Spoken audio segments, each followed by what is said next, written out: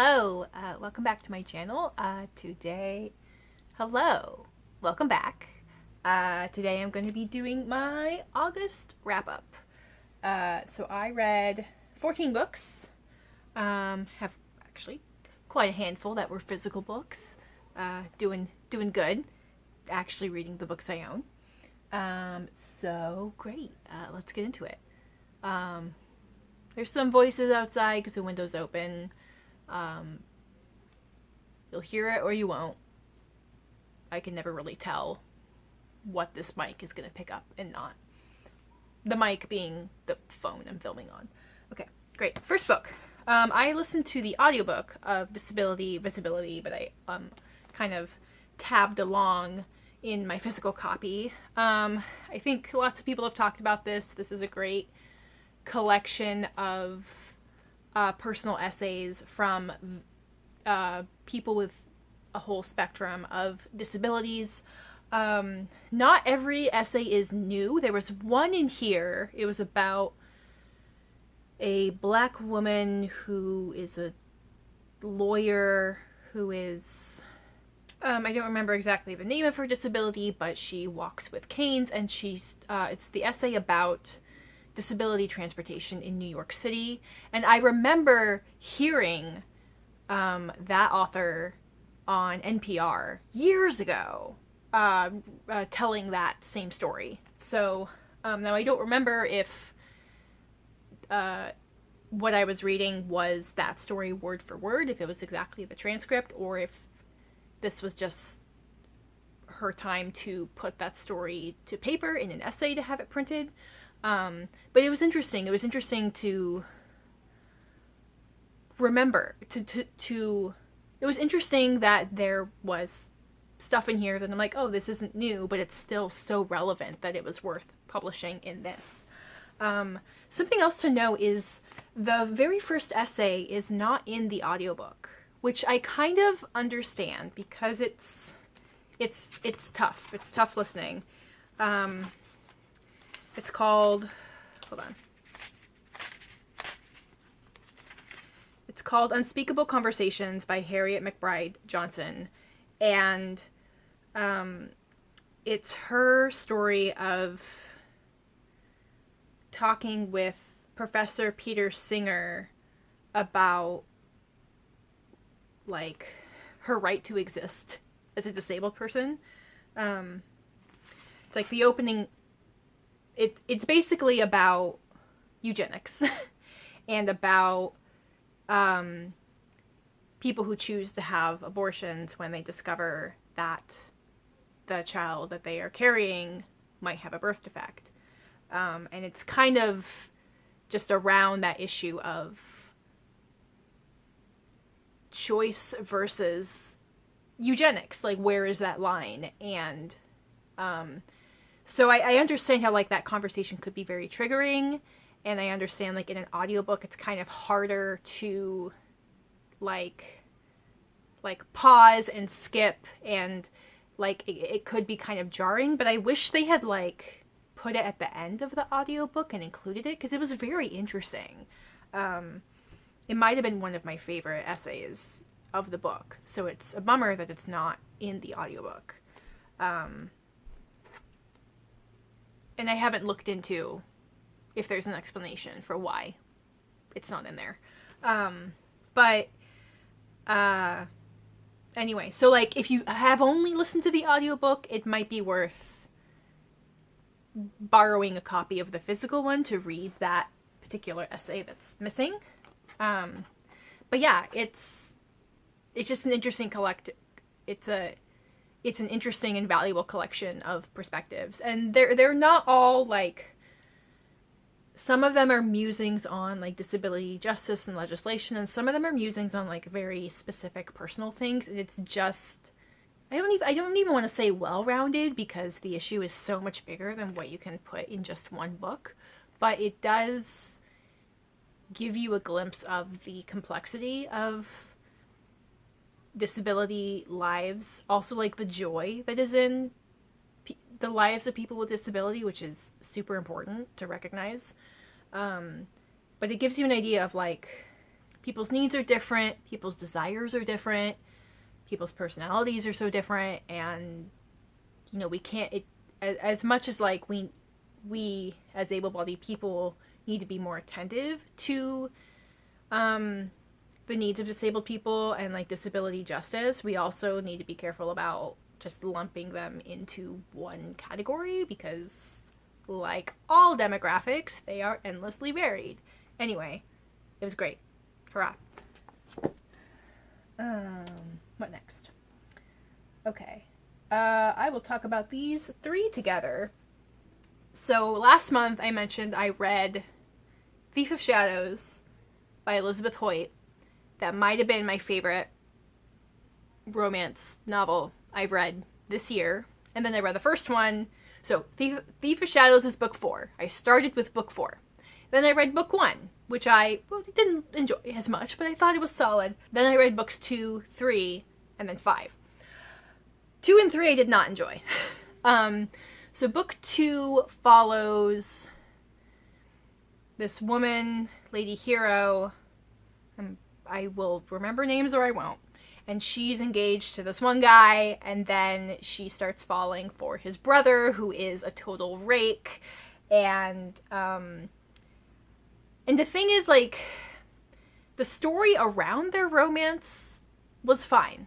It's about basically how the younger brother, the rake, is the one who has saved the family from ruin because nobody else is paying attention to money, and he's got to, like, you know, provide money for his older brother who's a lord and his sisters who need, like, new gowns when they're coming out. And he makes his money by distilling gin in the, like, bad part of town that's called St. Giles, that a lot of the story revolves around, that a lot of, like, the series revolves around. So the story is kind of about, like, the war on gin as the vice of choice that, like, all of the books kind of revolve around, and his role in it. And, like, that story was fine.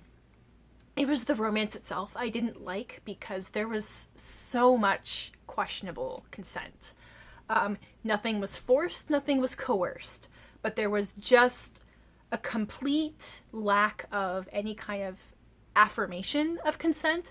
Like, it was very much the guy would be so unable to resist, and then he would just, like, grab the woman and kiss her, and she, like, she didn't even have a question in her mind of, do I want this or not? Which I've encountered in other women in this story where, like, there's a moment of, like, this shouldn't be, like, how dare you, but actually I'm kind of into it. There wasn't even that. There was just, she just lets it happen. Like, she's not mentally saying no, but there wasn't even the mental affirmation of consent. And then the thing with their whole relationship is they're just so horny for each other that they never ever stop to consider that their relationship, because she's basically cheating on her fiance with his brother, and because of other things in the family, they never ever stop to consider until it's too late how much their actions will hurt people. And I just didn't like that. I didn't like the narrative of their horniness just made them stupid. So stupid. And I wasn't into it. Like, everything turns out okay at the end. It's a romance. It gets to be okay, but the progression of it was just like, I just wanted to smack them and be like, y'all are idiots. Y'all are stupid. And I did not like the romanticization of being so drawn to someone that, like, you can't even stop to think about, why is this a bad idea? What other options do we have to get to where we want to be? And then book 3 was a little better, but it was a rough start. So this one follows the youngest sister, Silence. She is from the family that runs the orphanage that the orphanage that is in St. Giles, that also a lot of the stories of the series revolves around. So in the first book, she had dealings with the river pirate, I forget his names out of my head. And he does something to her in the first book that's pretty awful. It's pretty awful for the time period. Like, through a modern lens, it makes sense and it sets up book 3 pretty well, but it's still very much like, it's not unforgivable, but you're an asshole and I don't like you and you've got a steep climb out of that hole.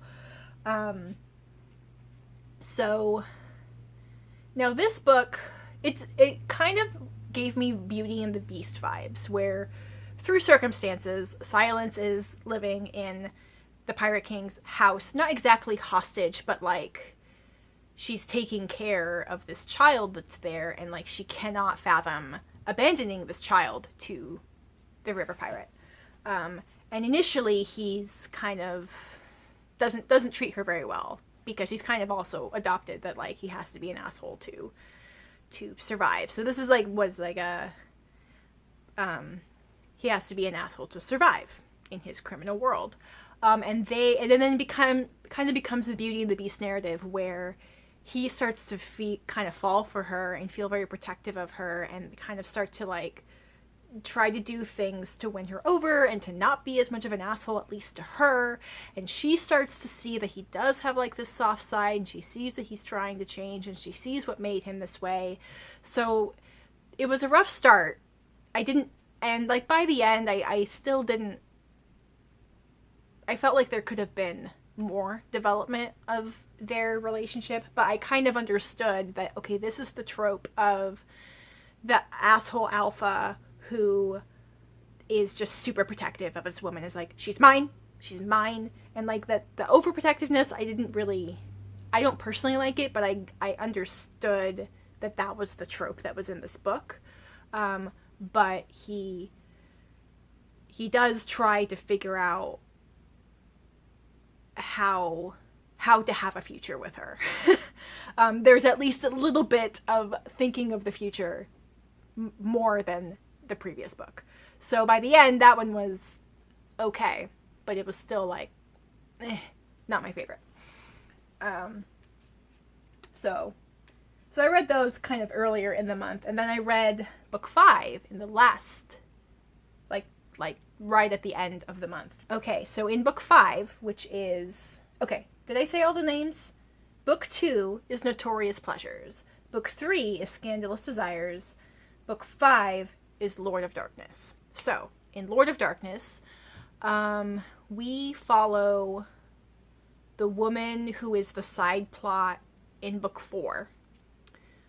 And she, oh man, how do I describe the setup without spoiling book 4? She has a marriage of convenience to this guy. And because of circumstances, she has been living apart from them. They have never consummated their marriage because she was with someone else. And the circumstances of that led to this marriage of convenience. So it's worth noting that this is a historical romance series, and so far, only in book 2 has the woman been a virgin. All of the other women either had past marriages, well, I guess they all had past marriages, or in book 5 had this other relationship. And I feel like that's kind of unusual for historical romance. Maybe it's not, but that was kind of my impression. So that's worth noting. Okay. Woman, marriage and convenience. So she decides she really wants a baby. She wants a baby. And so she comes to London to consummate the marriage with her husband and be like, I need you to give me a baby.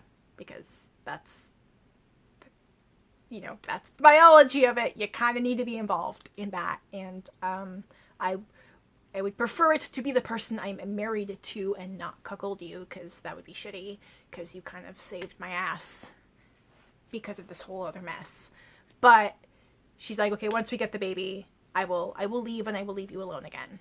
But she's also in the city to try and figure out circumstances of the man she was with previously. I'm trying not to spoil things. because like I can't really say much because it spoils the entire side plot of book 4. Man, talking about series is hard. So I'm totally a mess. So our lead in book 5, he's one of the ghosts of St. Giles. To our knowledge, there are 3 of them. Which the Ghost of St. Giles is basically, what is this, Regency era? He's Regency Batman. He is a vigilante in a costume who goes around beating up bad guys in the neighborhood of St. Giles. So the guy is the Ghost of St. Giles. So when his wife comes into his life to try and make a baby, she kind of gets in the way of his vigilante duties. So, of course, inevitably, she figures out who he is, and then she's trying to get him out of it because it's super dangerous, but then she also understands the motives that drive him. So, that's that story. Anyway, I liked this one a lot more. I still think I enjoyed book 4 the most, but book 5 so far has come the closest in caliber to my enjoyment of book 4. And what I really enjoyed the relationship between, the man and wife. Well, I think also what was interesting is they're already married. Like, yes, it's a marriage of convenience and they haven't consummated it, but the fact that they are already married means that, like, she can be very forward with him in a way that she couldn't with someone she wasn't married to. And she also has a temper.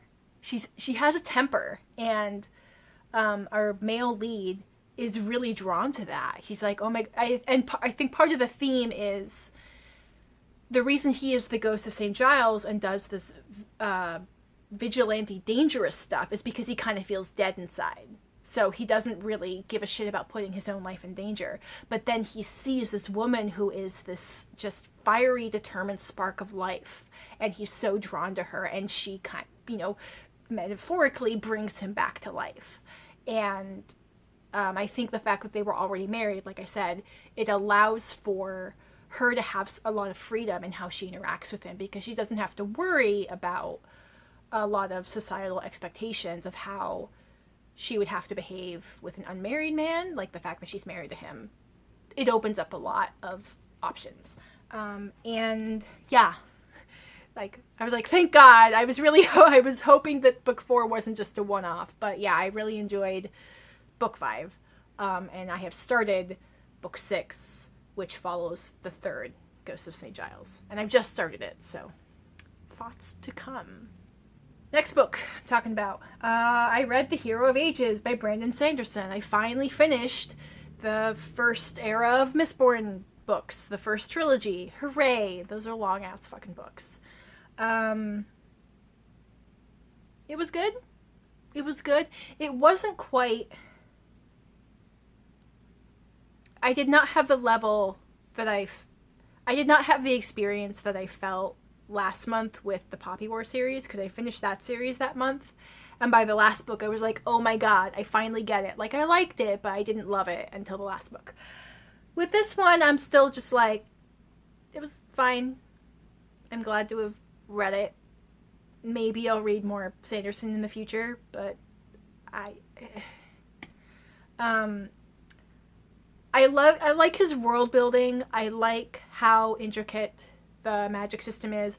We do finally learn about the magic of the Inquisitors in the last book, which is what I wanted, so hooray. And we learn a lot more about the origin of all of the origin of the Kalos, the origin of the shapeshifters, whatever they're called, the Kandra. We learn about their origin. So we learn about, not the origin of everything, but we learn a lot about that, and that was the part I really enjoyed. We learn how the world got to be the way it is, which is super interesting. The big reveal about the saving action of the Kandra. Yeah, I think I figured out what that was, like, in book 2.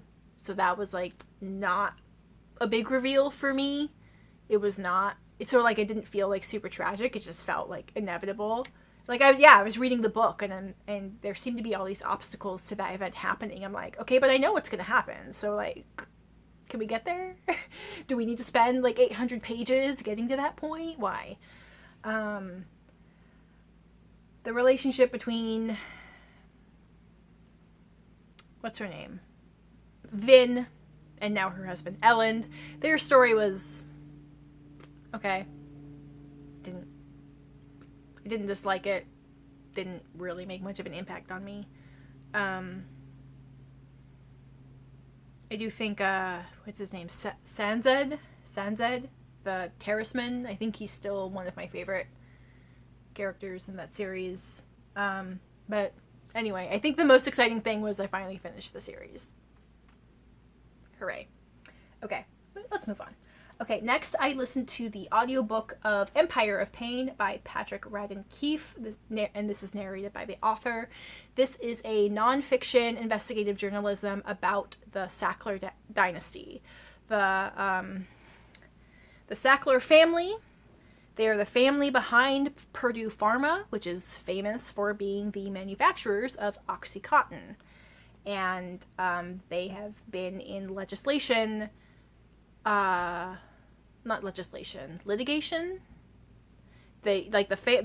People have been trying to sue the family for being instrumental in the overprescription and overpromotion of OxyContin, causing, heavily contributing to the opioid crisis. And this book kind of goes through the history of the family and how they first got involved in pharmaceuticals and everything, and kind of makes the case for they knew what they were doing. Yes, they were over-promoting a drug they knew was dangerous. They knew. Is the case that is made. And I feel like the case is compelling. And I mean, I think the source of, like, how does this even start is that one of the Sackler heads, was one of the, like, Mad Men, Madison Avenue, marketing experts in the, like, 50s and 60s, when marketing really started to be this, like, social science. And he started to use marketing for pharmaceuticals, because before, like, pharmaceuticals weren't marketed. Like, there wasn't free samples given to doctors, there wasn't swag, there wasn't commercials, there wasn't, like, all of this shit, like, in the doctor's office that has all of these, different prescriptions, names on them. Like, there was none of that. So it kind of shows that, like, a key member of this family was involved in the culture of marketing pharmaceuticals and having doctors choose their drug over another drug. And with that, kind of the half-truths that you could tell to sell a drug. And, that by itself is fascinating. Just the idea of, like, oh yeah, because pharmaceuticals were given to doctors, not the common populace. They weren't marketed the same way that you would market a television or a car or something, but that changed. So that was super interesting. And then it's very interesting to see the paper trail that basically in the book gives evidence of, like, there was no way they could have not known. There was no way they could have not, like, they knew that their drug was killing people. They knew that it was being overprescribed. They knew that people were profiting from the overprescription, and they, even after various aspects of their company got sued, they were still doing it. And it's wild and infuriating and fascinating. And I will say, like, the writing style, the narration style, it's very, it's almost like a memoir. It's like a memoir of this family. So you do kind of learn, like, oh, so-and-so was courting this person, and, you know, this is the story from so-and-so's roommate from college, and, you know, this is how so-and-so met their wife, and these are their children, and this is the story of their children. So there is a lot of, like, fleshing out of this family, but it is kind of to also show, like, how much they financially benefited from it, because then you see the life that they have built. You also see the tensions between, because I think, like, I needed a family tree. That was the one downside with the audiobook, is I wish, like, I wonder if, like, a physical book has, like, a family tree, because that would have been helpful for my brain. But there were, like, 3 brothers that were kind of at the start of it, and then, like, the tensions between them. Anyway, it's, if you've been hearing about the lawsuit, like, in the news, and you're like, so wait, like, didn't the company already get sued? Why are we going after the family? Like, this book will tell you all the juicy details. All right, next couple books I read. I read The Obelisk Gate in the Stone Sky, books 2 and 3 in the Broken Earth trilogy. I reread the first one last month because it had been long enough. Yep, this is a fantastic series. In book 2, we start to follow Nasun, which is the youngest daughter that is missing. And it is so interesting following her perspective, because she's with her father and she knows that her father has killed her brother and she knows why. But, like, her love for, like, why she loves him more than she feels, like, her version of love for him versus love for her mother is so fascinating in the face of knowing that he killed her brother, and he killed her brother for a circumstance that she herself has. So, like, that whole relationship is so interesting, and the way that it's mirrored and contradicted by another character she meets, who I'm not going to say because it's a spoiler. But the way these books explore grief and grief and trauma, and the way that trauma impacts your relationships with people going forward, it's so fascinating. It's so fascinating because it's also done. It's not overt. You just see it in the actions, but then you read it and you're like, your heart is breaking, because you're like, oh my god, you're doing that because you've been so fucked up by all this shit. And I've also realized, like, as far as people talking about, like, this world being complicated, and, like, people will often, like, read the first one and be like, it just took me forever to figure out what was going on. So, excuse me, phone. So I've realized, like, in order to explain that in more detail, it's because there's not a lot of info dumping. There's not a lot of really blatant world building. You discover the world as the characters interact with parts of it. So I totally agree with the statement of, like, just keep reading. Like, you're just getting a piece here and a piece there and a piece there, and you keep reading, and then you start to see how these pieces connect over time. But it's because there's, you know, it's, nobody is wandering into a library and doing a bunch of research and suddenly, like, info dumping a bunch of stuff on you. The characters are like, well, now they encounter this thing, and now we discuss this thing, and then this character has this memory, so now we flesh out a little bit about this memory, and it builds from there. So in The Stone Sky, we get the history of Hoa, who is the boy in the first book, and we learn all the details about him. I guess, like, in the first book, by the end, you kind of discover, you get a sense that, you know from the beginning that he's a stone eater. Because he's born out of a fucking rock. He's born out of a fucking geode. So, anyway, Stone Sky, you get the history of Hoa and the history of how the world was broken. Yeah, the main plots in this one, we're following Nasun, and in this one we get the origin story of Hoa. And then we see how everything comes together and what the story is with the moon. This is definitely going to be a story that I'm going to reread. many times, partially because of its like complexity, but also like what I experienced with rereading the first book is one feeling when you're reading it for the first time, and then there's a whole nother feeling when you kind of know how it ends and you're reading it again, and then you kind of latch on to new details. But it's not necessarily spoiled, it's just you see how the ending was crafted all along. It's lovely, great, hurrah. The next book I read was Neon Gods by Katee Roberts. This has been all over the book social media world. This is a erotic romance is there a BDSM element in here? Not really.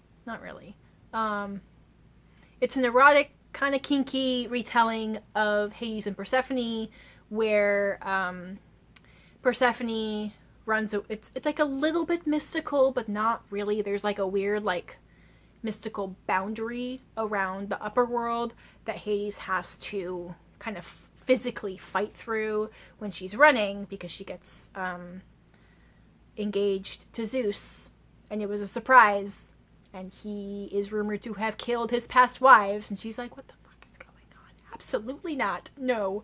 So she runs away. She ends up in the underworld, the lower city, upper city and lower city, and Hades takes her in, and initially they have like a fake relationship, because if she spoils herself, then Zeus won't want her. But of course the relationship starts to become a real thing, and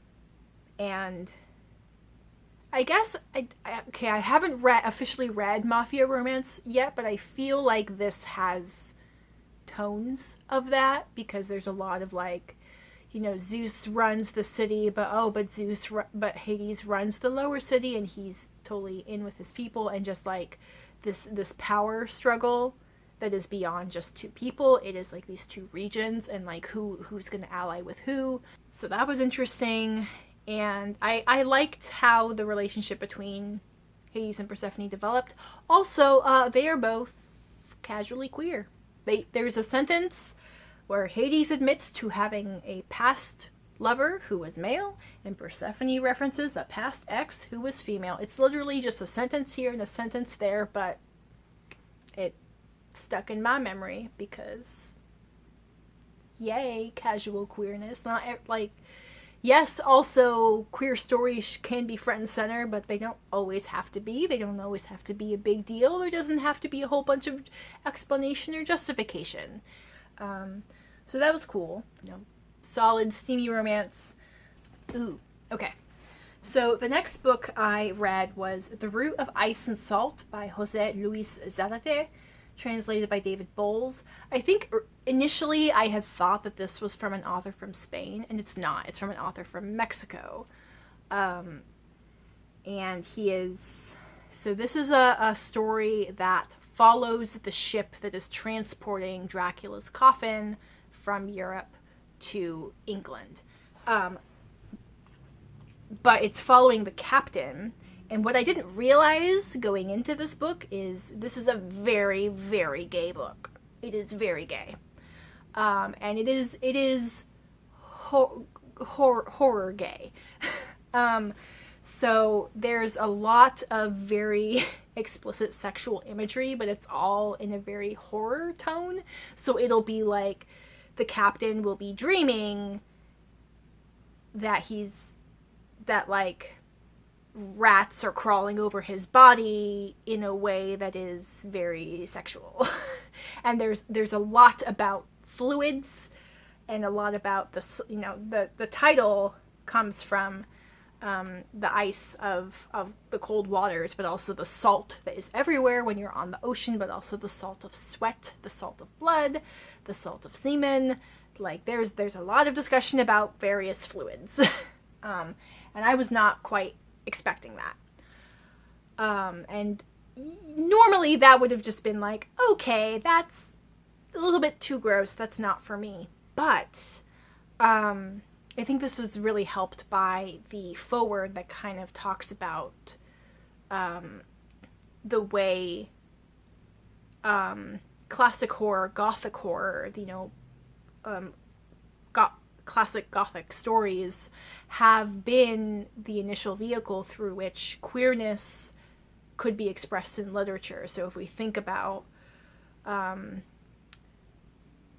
Picture of Dorian Gray or Frankenstein or, you know, any of those like initial, you know, the founding of the horror genre, they were all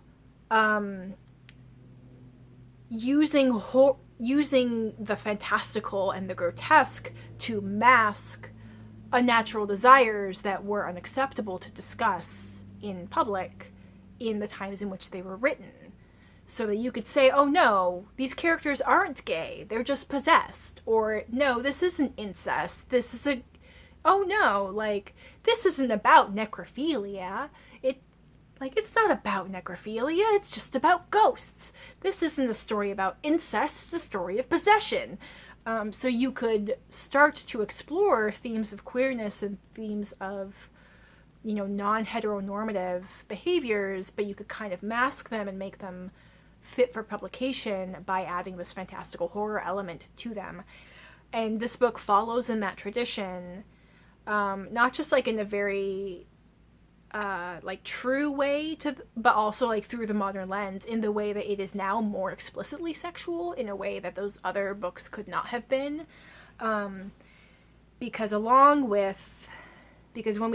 we start, because the captain is also dealing with the guilt and grief of feeling like he got a past lover killed because they were not discreet enough. So there's this theme of like monstrous desires, but then, okay, now we have the vampires, and that really challenges the nature of monstrosity. So I feel like this book is kind of on par with Frankenstein and Baghdad, where it's less like a modern horror, but it's more a horror in the classic Gothic sense, where it is using the horror fantastical elements as a way to discuss deeper themes. Oh yeah, so this book also explores the monstrous treatment from the vampires, but also like the monstrous treatment that is perpetrated on the undesirables of society. So there's a line in here: "What kind of monsters deserve such treatment, such rage and contempt? Vampires, yes, but also the bastard sons, the unbaptized ones, the inhabitants of other regions, the sodomites, and those careless souls who allowed a black cat to jump over their dead bodies." So, yeah, there's a lot of like ruminating on, you know, the nature of monstrosity in society and who is deemed undesirable, and then what superstitions and what violence is enacted onto those undesirable people.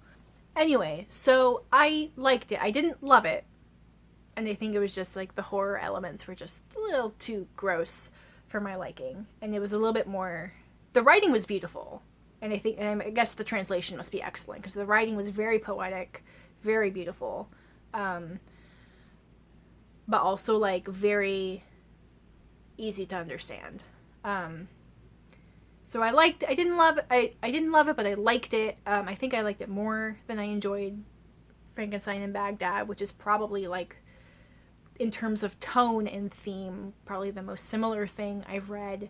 But I think part of what I didn't love was just, I was kind of expecting something different. I was expecting more about the actual journey. I thought it was going to be more about the ship and things are happening and people are disappearing and now there are no rats and what's going on, which we get some of that, but a lot of it is at the very end. But most of it is about the ruminations of this captain who has to hide his queerness. So it's interesting. I'm glad to have read it. I would look for other things from this author. I haven't really looked into what else of his has been translated.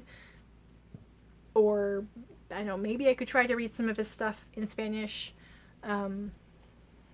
we'll see. Okay, next thing I read was Pagan's Crusade by Jinks. This is a book from my Amnesia Reads. This is a middle grade... no, this is definitely a middle grade historical fiction that follows an orphan boy who signs up to be a page? A squire? I think a squire with the Knights Templar in Jerusalem, as Suleiman is waging his campaign against the Knights Templar.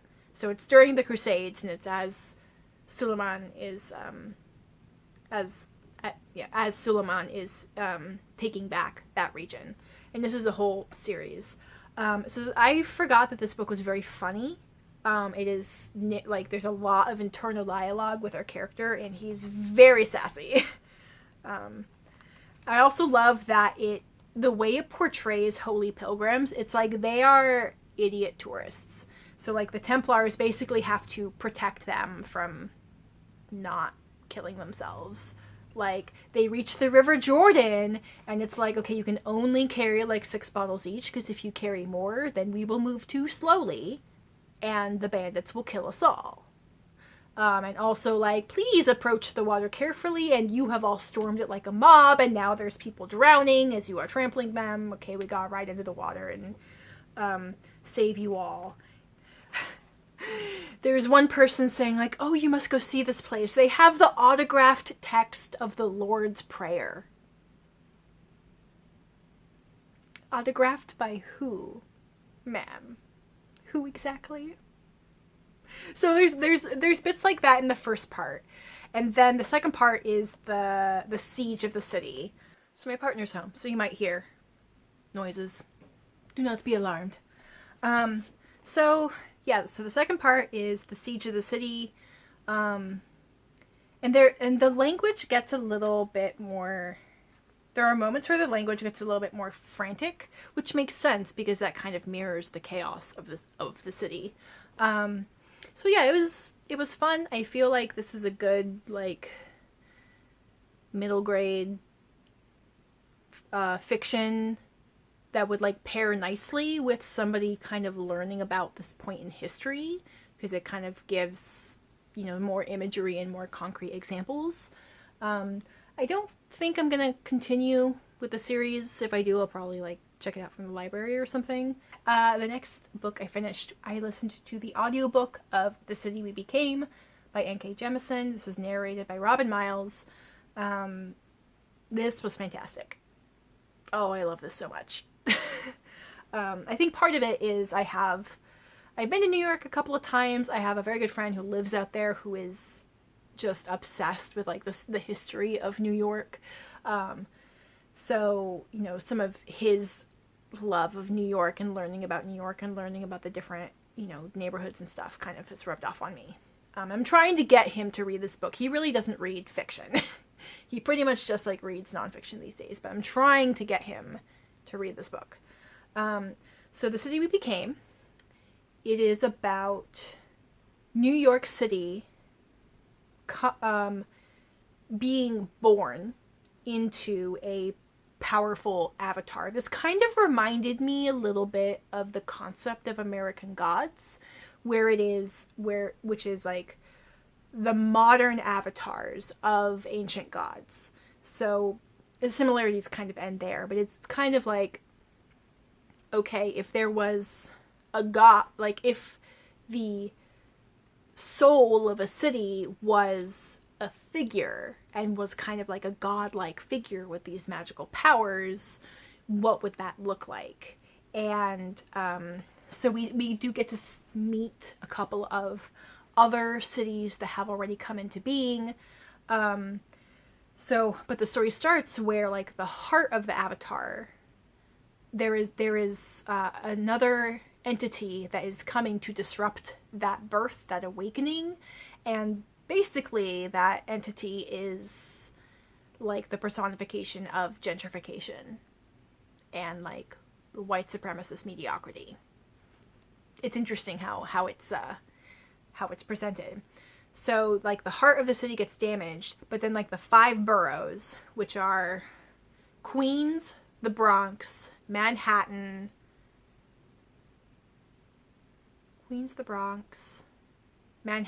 Brooklyn, and Staten Island, they all kind of awake into their power, and they all need to come together, but this, like, the entity in white is kind of trying to disrupt all of them.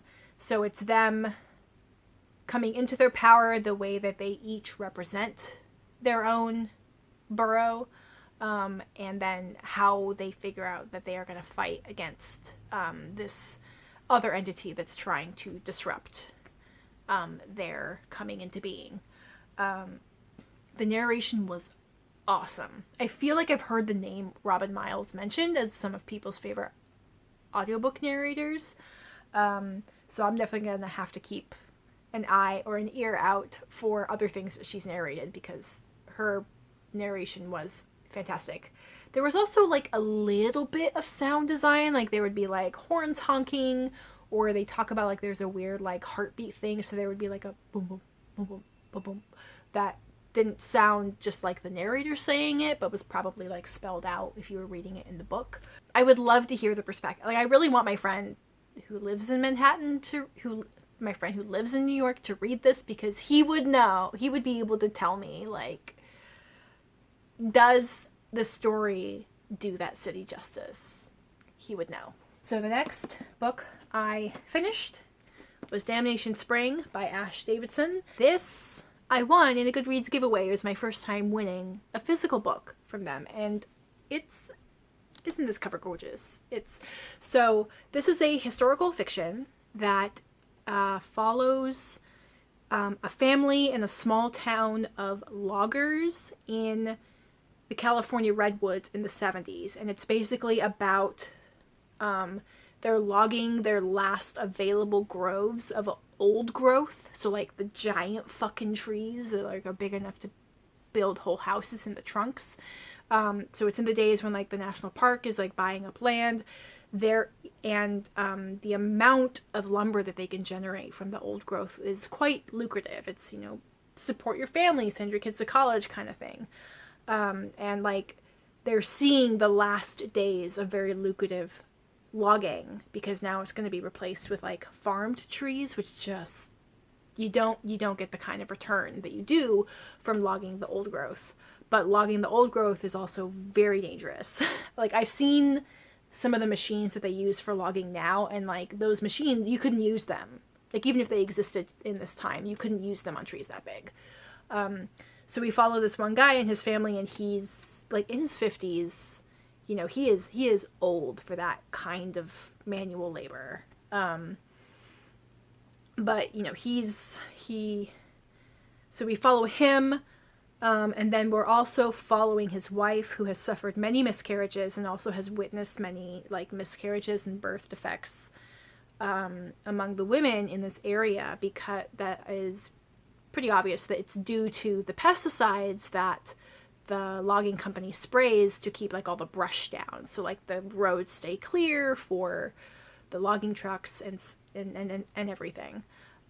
So it's about the logging industry. It's about the environmental impact of the logging industry, and like the fight to, it's the you know, and it's I wrote like a whole review of this on my Goodreads, which I will link, but like it made me think of a lot of conversations we have now about the coal industry, where we know it's dangerous and we know that we don't really need it, but the industry is so lucrative for the families. Like, it's not like they're millionaires, but it's like the next largest employer in coal country is Walmart. And like the drop in pay it's like, it's not just an environmental issue, it's also like a human justice issue, because, you know, you kill the coal mines, you kill the logging industry, and these towns will die. And it's kind of like, do you choose to die slowly, or do you choose to die quickly? Because that's kind of like what the choice is in the moment. Like, do you shut down the industry and like have this town die quickly, or do you hang on as long as possible and die slowly from the environmental impact of it? So yeah, it's very interesting. The writing is very detailed, which some moments got a little bit tedious. There's a lot of like day to day of like wake up, make breakfast, get the child ready for school, take the dog out, get in the car, drive to the thing.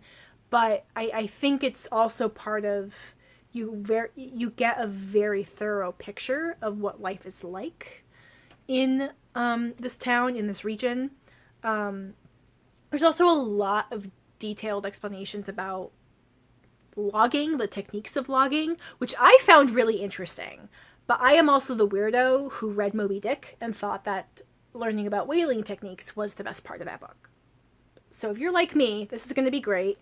And if you think you're not really going to be into that stuff, just be forewarned that there is a lot of detail of logging technique in here.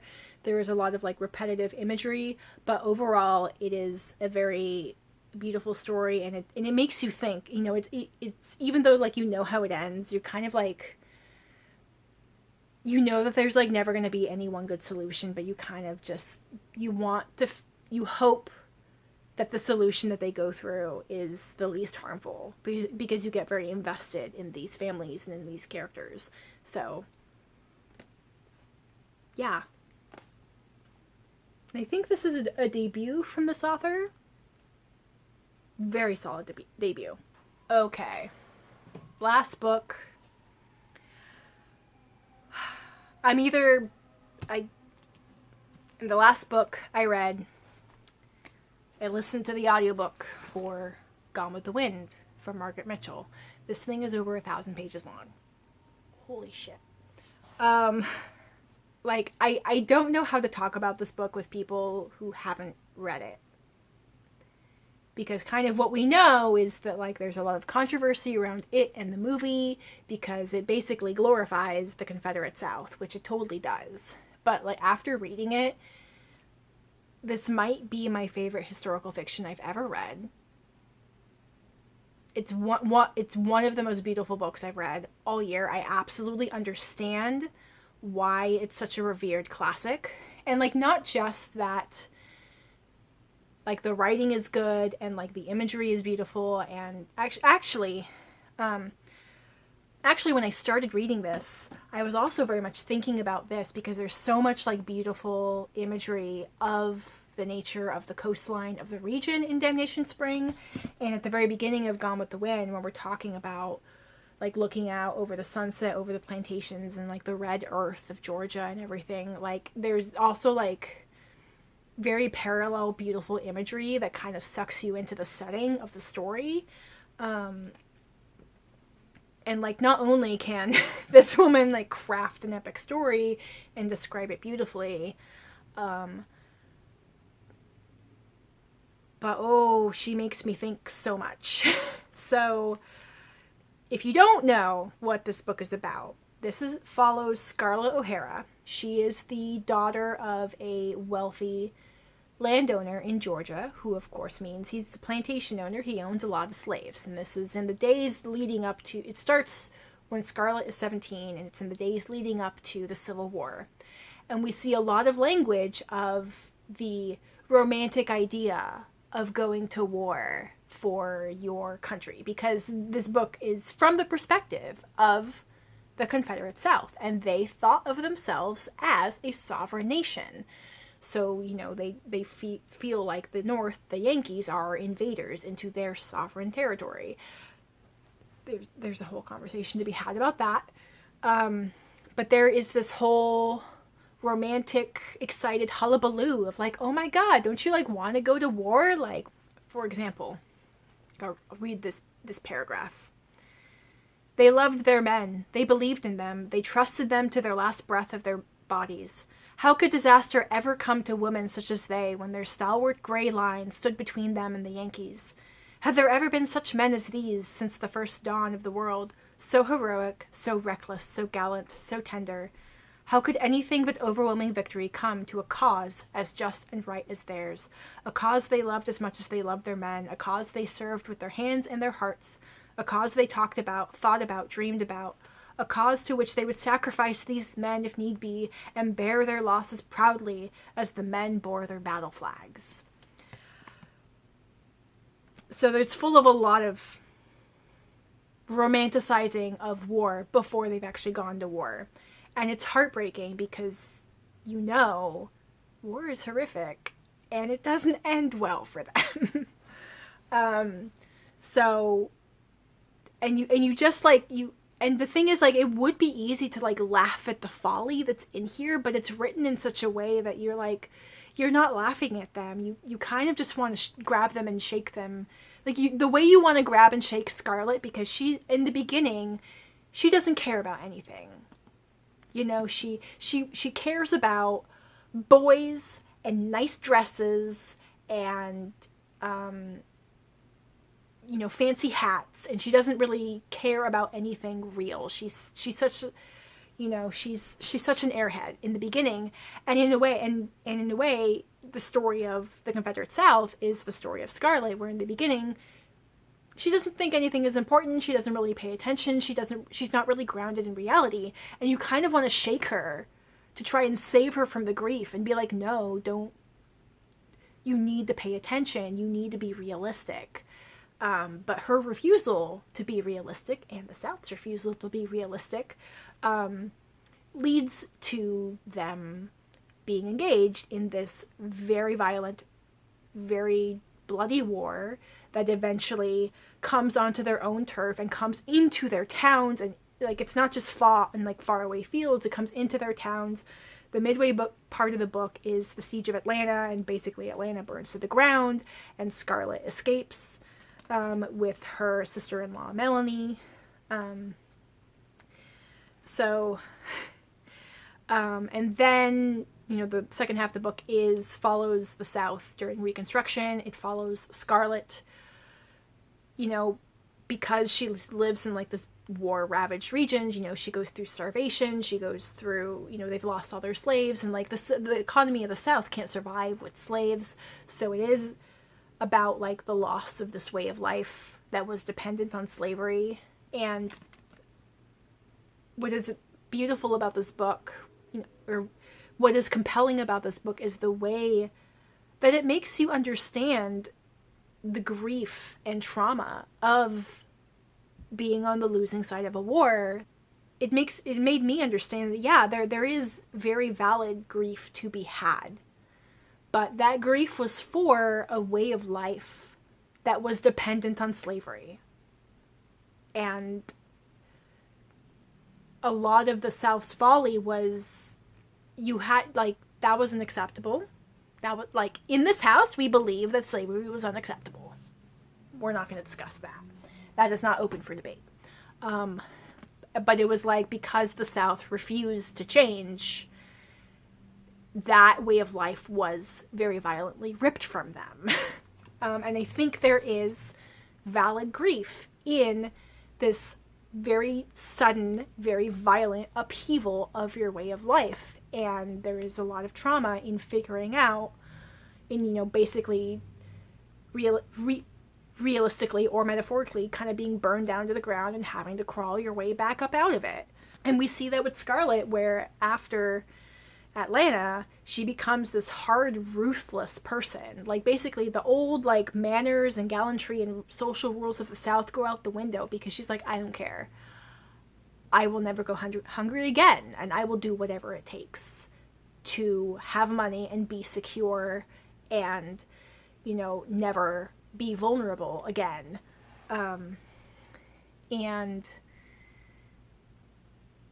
And it's like, she's such an unlikable character, but you also want to root for her, because there's also some of my other favorite lines in here are talking about the Wilkes family, which is her sister-in-law and the man that she thinks she's in love with, Ashley Wilkes, and talking about how they're these such sad, tragic creatures because they were designed, they were raised, they are the epitome of the Old South, and that way of life is gone. And it's very telling that, you know, the people who refuse to change, they die. Metaphorically or realistically. And it's an interesting story. And then, so along with all of this, we've got Red Butler. He is kind of a rake, a scallywag, and he kind of symbolizes the North because he's not as refined, not as gallant. He's totally unashamed of making money. And he doesn't really have any scruples about how he makes it. But he kind of becomes enamored with Scarlett because he sees that she is this firecracker of a character. And I really love their relationship. It's a very long relationship. She goes through 2 husbands before she finally ends up with him. Basically, like, she has to mature enough because he meets her when she's 17 and he's like, I think when they marry, she's like late 20s and he's like late 30s or something. But it takes a while for her to like mature enough and for them to kind of realize that like they're good together because they are the most honest with each other. Like, and I really liked their relationship, even like when they are cruel to each other and when they betray each other, their personalities, neither of them has to hide who they are at all. And there's something very beautiful about that. And as far as like the problematic content of this book, if you've seen the movie and you think that like the portrayal of slavery and the slave characters in that one is problematic, the movie is the very censored version. Oh boy. Especially once we get into Reconstruction and there starts to be a lot of discussions about the free black people and the way that they interact. Like, one thing I noticed was black people, black characters, they're pretty much always described in animal terms. And especially like the freed black characters, not a single free black person is described in a positive light. The only black characters that are described in a positive light are the characters that choose to remain utterly loyal and in servitude to their former white masters. And granted, those characters are given a lot of like loving dialogue, and as much as like the character of Mammy is a stereotype, I also is a stereotype and is like one of the most famous visual representations of this like strong, sassy black woman stereotype, I do also love that she talks so much shit to Scarlett and like doesn't let her get away with anything, because it's too bad Scarlett doesn't listen to her more, because Mammy tells it like it is, and Scarlett needs a lot of that. But yeah, it's just like really telling that the only black characters that are described in a positive light are the ones who know their place. But there's also like a part in here where they're talking about the Yankees, the northern people who are residing in Georgia, in the city, and the way that like their racism is different, and like in the book it's portrayed as worse, but really it's like it's just different. For example, like, you know, the Yankee women are like, oh my goodness, I would never allow a black person to take care of my child. Whereas like in the South it's like, I wouldn't want anyone else. I wouldn't want anyone but a black person, because they have the most love for us and they take care of us. So it's just very interesting, like, seeing this time in history from the side that lost. And there's a lot in here where I would love to take a class or like somehow have like a history lesson alongside this to see like how much of this is historical accuracy. There's a lot of stuff in here, again, like especially during Reconstruction and talking about like the free blacks and everything, where I'm like, was that actually common behavior? Or was it like one or two isolated incidents that was used to justify the fear of the white Southerners? There's also a lot in here about white women and the way white women will weaponize white tears, the way the protection of white women was like a convenient justification for a lot of atrocious. Like, oh my god, there's so much in here to talk about. There's so much in here to talk about. It's fascinating. But it's also like, there's some tough stuff to read through. I hesitate to say you all need to read it because there's a lot of content in there that's very racist and could be very triggering, but I wish this was a book that was taught in schools. And I know it's not, because it's a fucking 1,000 pages long. But I will say, the movie is actually very faithful to the book, apart from like all of, like, whatever was not cut from the movie is quite faithful to the book.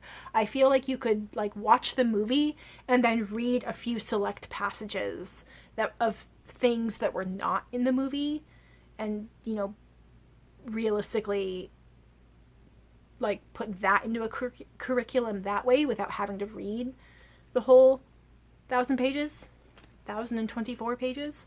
But I feel like the discussions in this,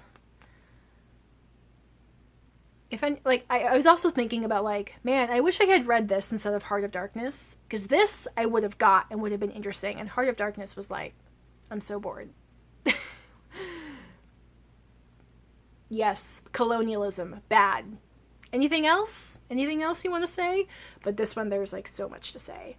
But yeah, like I think about, it makes me think, and I love that it made me think.